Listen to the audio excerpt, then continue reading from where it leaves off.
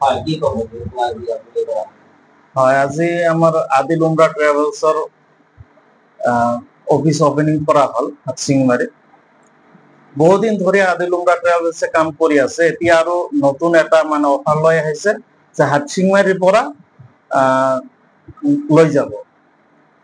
আগত আছিল গুৱাহাটীৰ বিমানবন্দৰৰ পৰা খৰচটো বহন কৰিছে, এতিয়া হাটসিংমাৰিৰ পৰাই কৰিব। ইয়াত বহুত সুবিধা, আমি বহুত দিন ধৰি জড়িত হৈ আছো। আমাৰ বহুত কেইটা গ্ৰুপ গৈছে, মানুহবিলাকে আহি ফিডবেকটো ভালেই দিছে।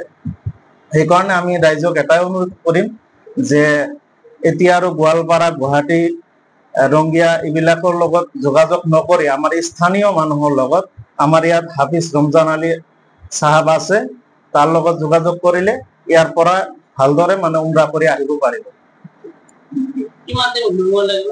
এইটো 17 দিন, 2 দিন অহা যোৱা আৰু তাত 15 দিন থাকিব। জিলাবাসীক এইটো আহ্বান কৰিম যে আপোনালোকে আহক, ইয়াত যোগাযোগ কৰি মানে উমৰা কৰিব পাৰিব। সেইকাৰণে আপোনালোকে আহক, আহি আমাৰ ইয়াৰ যিটো সুযোগ সুবিধা এইটো উপভোগ কৰিব আপোনালোকে।